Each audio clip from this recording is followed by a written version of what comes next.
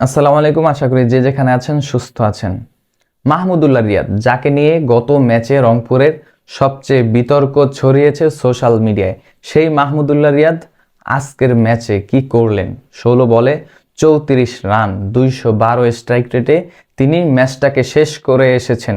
তার নামের পাশে ফিনিশার যেই নামটা যুক্ত, তিনি সেই জায়গাটা এই ম্যাচে প্রমাণ করলেন। হতে পারে তিনি এর আগে বাংলাদেশের অনেকগুলো বললে ভুল হতে পারে, কয়েকটা ম্যাচ, বিশেষ করে 3-4টা বড় বড় ম্যাচ, সেই ম্যাচগুলোকে তিনি দুই হাতে বিলিয়ে দিয়ে এসেছেন। তবে তার নামের পাশে এর পরেও ফিনিশার মাহমুদুল্লাহ এই সংবাদ, এই টাইটেলটা যুক্ত রয়েছে, সেই জিনিসটা তিনি এই ম্যাচেও প্রমাণ করলেন। রংপুর রাইডার্স এবং সিলেট টাইটান্সের ম্যাচ, সেখানে আমি মাহমুদুল্লাহর কথাটা দিয়েই কেন বা শুরু করলাম, এই প্রশ্নটা অনেকে আমাকে করতে পারেন। সেই উত্তরটা হচ্ছে, যারা রংপুর রাইডার্সের এর আগের ম্যাচটা দেখেছেন রাজশাহী ওয়ারিয়র্সের বিপক্ষে, তাদের এই প্রশ্নটা আশা করি তাদের কাছ থেকে আসবে না। কেননা শেষ যখন একটি রান দরকার শেষ বলে, তখন মাহমুদুল্লাহ রিয়াদ রিপন মণ্ডলের একটা লো ফুল টাচ বল তিনি শর্ট মিড অনে দিয়ে রান আউট হয়ে ফিরলেন। যেই স্মৃতি তিনি ওই ম্যাচে প্রত্যেকটা ভক্তদের মনে করিয়ে দিলেন বাংলাদেশ দলের হয়ে 2016 টি-20 বিশ্বকাপের কথা কিংবা 2012 সালের কথা, সেই ম্যাচগুলোই ভক্তরা মনে করতে পেরেছে ওই ম্যাচে ওই পারফরমেন্স দিয়ে। যদিও মাহমুদুল্লাহ রিয়াদকে ফিনিশার হিসেবেই ধরা হয়, কিন্তু এই ম্যাচে এসে মাহমুদুল্লাহ রিয়াদ সেই নামটা অবশেষে বাঁচিয়ে রাখলেন। কেননা 16 বলে 34 রান, 212 স্ট্রাইক রেট।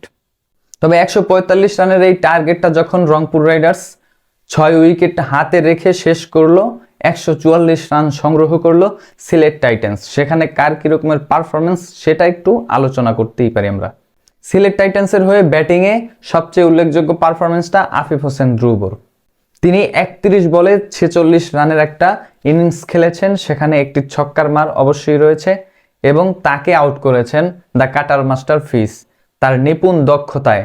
আজকে মোস্তাফিজকে একটা বল 103 গতিতেও করতে দেখা গিয়েছে, 103 কিলোমিটার পার আওয়ার, একজন পেস বোলার যাকে বাহাতি মুরালি ধরন অনেকেই বলেন। অনেক কমেন্টেটরস যেই উপাধি মুস্তাফিজকে দেন, তিনি সেটা প্রমাণ করলেন। 103 কিলোমিটার পার আওয়ারে তিনি বল করলেন।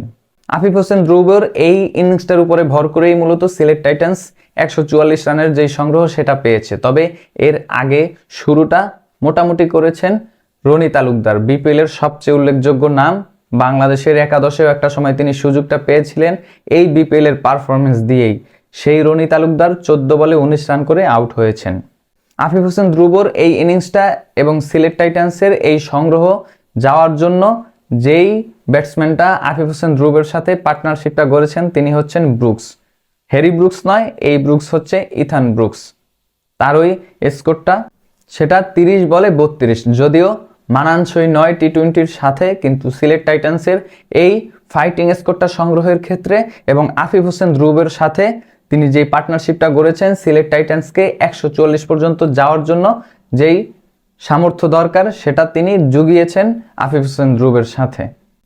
এবং সিলেট টাইটান্সকে এই 144 রানে 8 উইকেটে আটকে দিতে যিনি সবচেয়ে বড় ভূমিকা পালন করেছেন, তিনি হচ্ছেন দ্য কাটার মাস্টার ফিস। কেননা ডেথ ওভারে অনেকেই ভাবছিলেন এই ম্যাচ হয়তোবা 160 প্লাস একটা স্কোর হতে পারে, সেই জায়গাটা মুস্তাফিজ 144-এ আটকে রেখেছেন।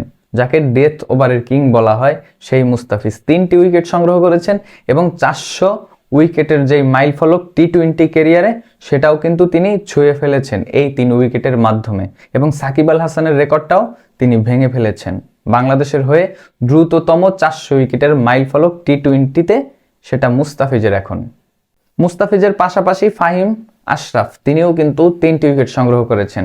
4 ইকোনমি রেটে তিনি বল করেছেন। মুস্তাফিজকে পেয়ে তিনি যেন কেরিয়ারের তুঙ্গে সেরা ছন্দে ফিরে এসেছেন এবং ইতিমধ্যেই তিনি পাকিস্তান দলের স্কোয়াডেও সুযোগ পেয়েছেন। টি-20-তে শ্রীলঙ্কার বিপক্ষে যেই টি-20 সিরিজ, হয়তোবা তিনি 3 কিংবা 4 তারিখে চলে যেতে পারেন এবং পাকিস্তানের ওই সিরিজটা খেলে আবার আসবেন রংপুরের ডেরায়।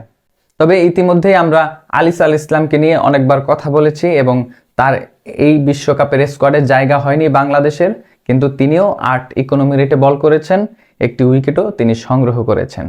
সিলেট টাইটান্সের এই 144 রানের জবাবে 4 উইকেট হারিয়ে রংপুর রাইডার্স তারা কিন্তু ম্যাচটা শেষ করে ফেলেছে। সেক্ষেত্রে শুরুটা সেই ডেভিড মালান ভালো না করতে পারলেও তিনি কিন্তু বিগত 2 ম্যাচে 50+ স্কোর করেছেন। তবে আজকে লিটন দাস ক্যাপ্টেন হিমসেলফ, তিনি কিন্তু বাংলাদেশের ক্যাপ্টেন এই মুহূর্তে যেই স্কোয়াডটা ঘোষণা করা হয়েছে সেখানে।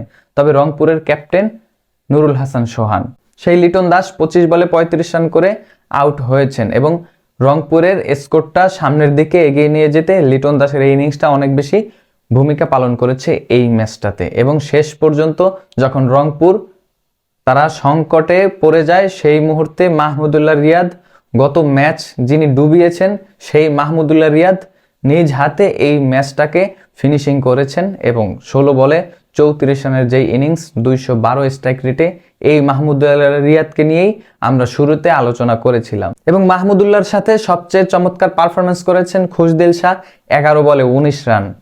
রংপুর রাইডার্সের যখন চতুর্থ উইকেট কাইল মায়ার্স, তিনি 95 রানে আউট হয়ে সাজঘরে ফিরেন, তখন 14.5 মানে 14 ওভার 5 বলে যখন এই 4 উইকেট রংপুর হারায়, তখন কিন্তু প্রশ্ন জাগে মাহমুদুল্লাহ রিয়াদ কিংবা খুশদিল শাহ এই ম্যাচটা বের করতে পারবেন কিনা, নাকি গত ম্যাচের মতো এই ম্যাচটাকে তারা ডুবাবেন।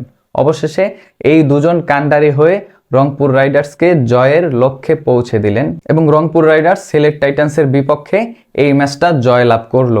রংপুর রাইডার্সকে এই বিপিএল এ সবচেয়ে বেশি সম্ভাবনাময় যারা চ্যাম্পিয়ন হবেন তারা সেই দলটা এই রংপুর রাইডার্সকে ধরা হয়।